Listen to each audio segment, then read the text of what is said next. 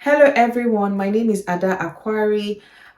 You can also call me the Warrior Mom. And if you haven't subscribed to my channel, please subscribe to my channel. I also want to say a big thank you to all those who have subscribed. Please don't forget to like, share, and comment. I would really be looking forward to hearing from you. So the last time I did a video, it was about, the various surgeries that my son had, and his fifth and final surgery was them putting a programmable shunt. See that programmable shunt? I bought market with it. Not bad market, it was good market, but then again, I wasn't also prepared for the expectations, like for the things that I needed to do, since he had a programmable shunt. So a programmable shunt is it was a very good decision for the doctors to actually put it for him, because that would mean that he didn't have to have multiple surgeries. Now, if you put a shunt in babies or in little children, there's always a possibility of a revision, meaning that the child can outgrow the shunt, or the shunt can just stop working. If a brain tissue or something just goes and blocks I like to call it a straw. If it blocks it, it can stop, the CSF, that's the cerebrospinal fluid, can stop flowing, and that's the end. They have to take out the shunt and put a new one. So my son's own is programmable, where as he grows and the CSF keeps building up to match his body, the production his body is making, I just need to take him back to the hospital, and they will put the device on top of the head, like the area where the shunt is, and just change the setting. So that's a programmable shunt. They can just program it from the outside without having to go inside. And so it was good news, and I was happy. But I didn't know that I needed to be coming back every year to come and make changes to his shunt.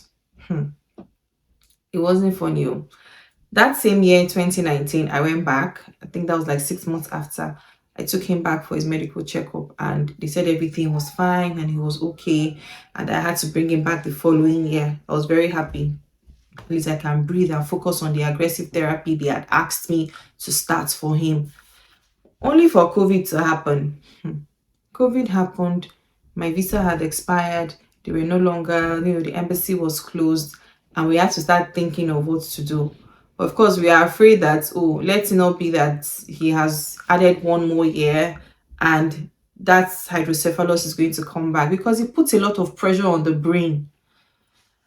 So we started looking for how to get to the US, so many back and forth letters. It wasn't working. And then we had to resort to going to Dubai for his medical checkup.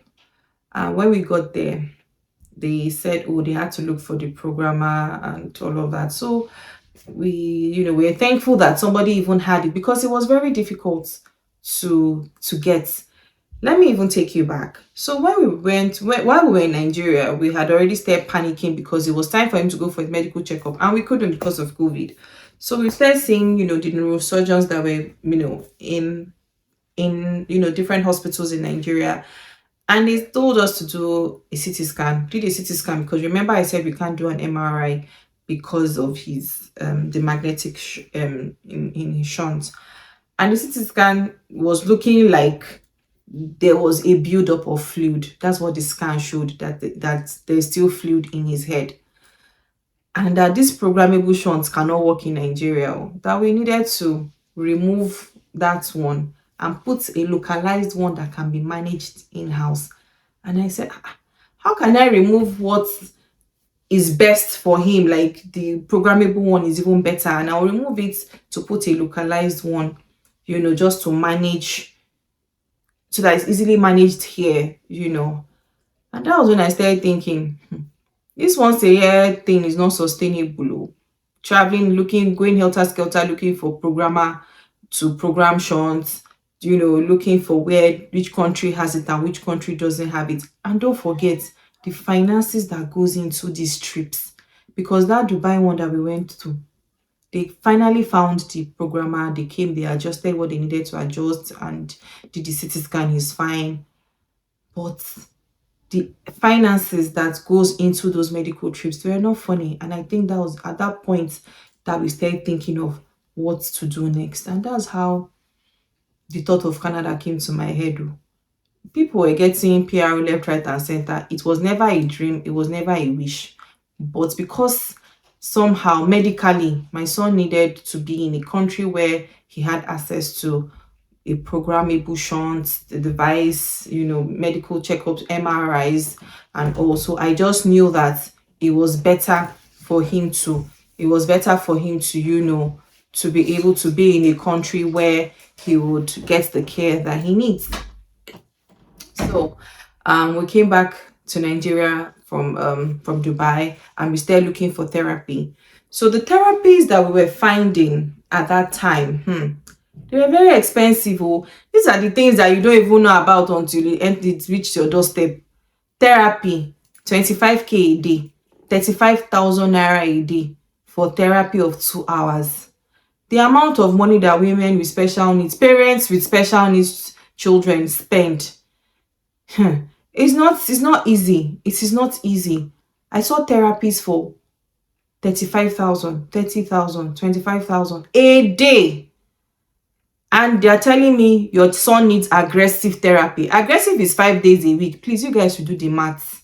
The maths was not mathing. So you can see that was the step 2. That was like the second hint I got to know that you cannot stay here. First, you need a programmer. Secondly, now therapy wants to suck all the money in your accounts.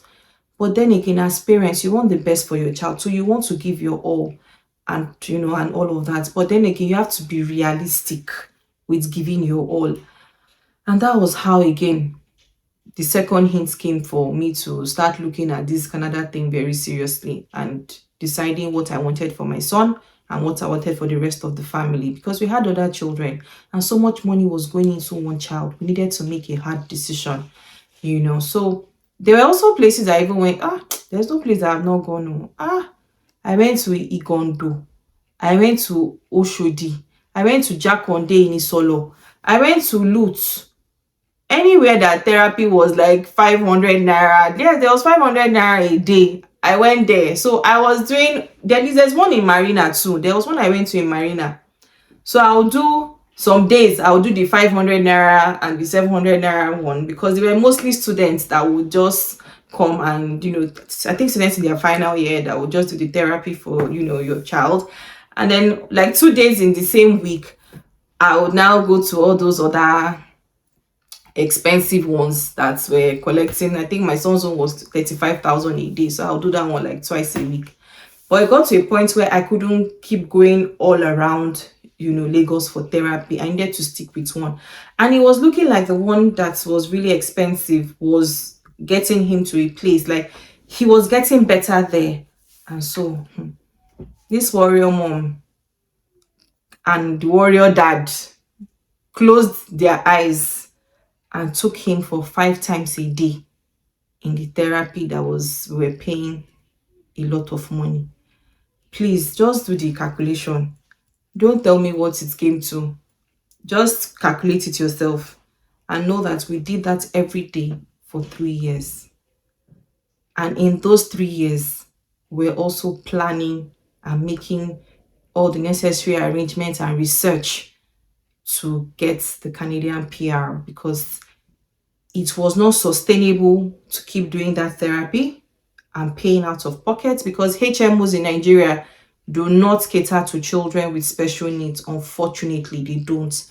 So we had to start so side by side, we're doing the therapy, and we're also putting a lot of time and energy and resources into trying to find another means of relocating to Canada, where our son was going to have better care and less strain on our finances, and where our other children will also have equal opportunity to do what they want to do without any restrictions or financial constraints. So that was how our journey to Canada began. So please, if you haven't subscribed and you enjoy watching, please share, like, comment, and also subscribe. I'll be sharing with you the mistake.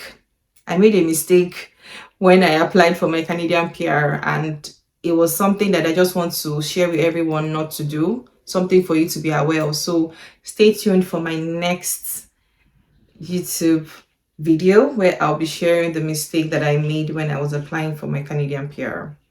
Until then, see you next time.